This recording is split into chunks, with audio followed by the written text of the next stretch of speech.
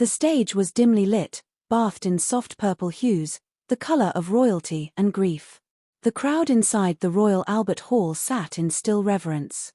Photographs flashed across a large screen behind the podium, Ozzy Osbourne through the decades. The Prince of Darkness. The madman of rock. The devoted husband.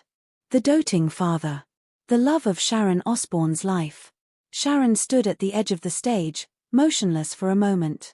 In her black lace dress, veil pushed back and fingers trembling slightly, she looked smaller than usual but no less formidable.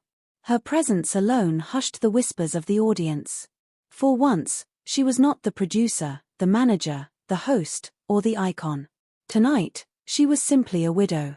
The night was billed as a tribute to Ozzy Osbourne, rock legend, cultural icon, and beloved husband following his death just weeks earlier. But what unfolded on that stage was more than a celebration of life. It was a raw, unfiltered outpouring of love from a woman who had loved deeply and lost profoundly. As the spotlight centered on her, Sharon took a slow breath and stepped to the microphone. And thus began what many would later call the most emotional tribute of Sharon Osbourne's life.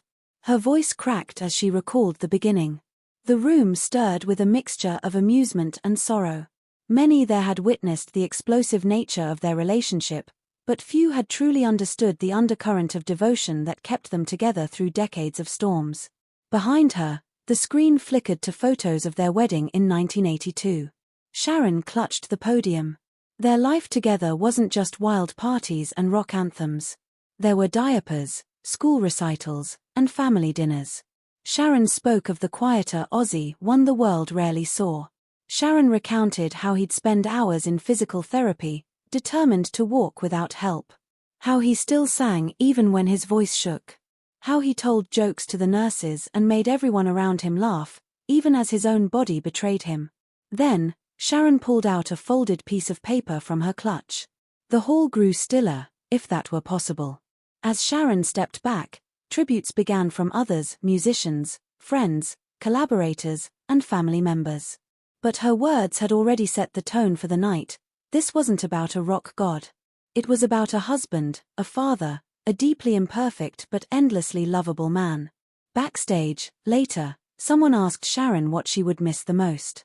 She didn't hesitate. The next morning, newspapers around the world quoted Sharon's tribute.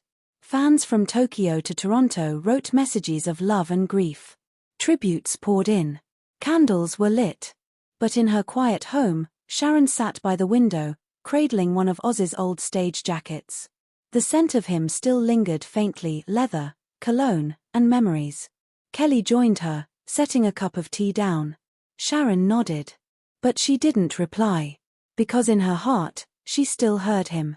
In the silence, in the stillness, in the love that never left, Ozzy was still there. Forever her Prince of Darkness. Forever her light.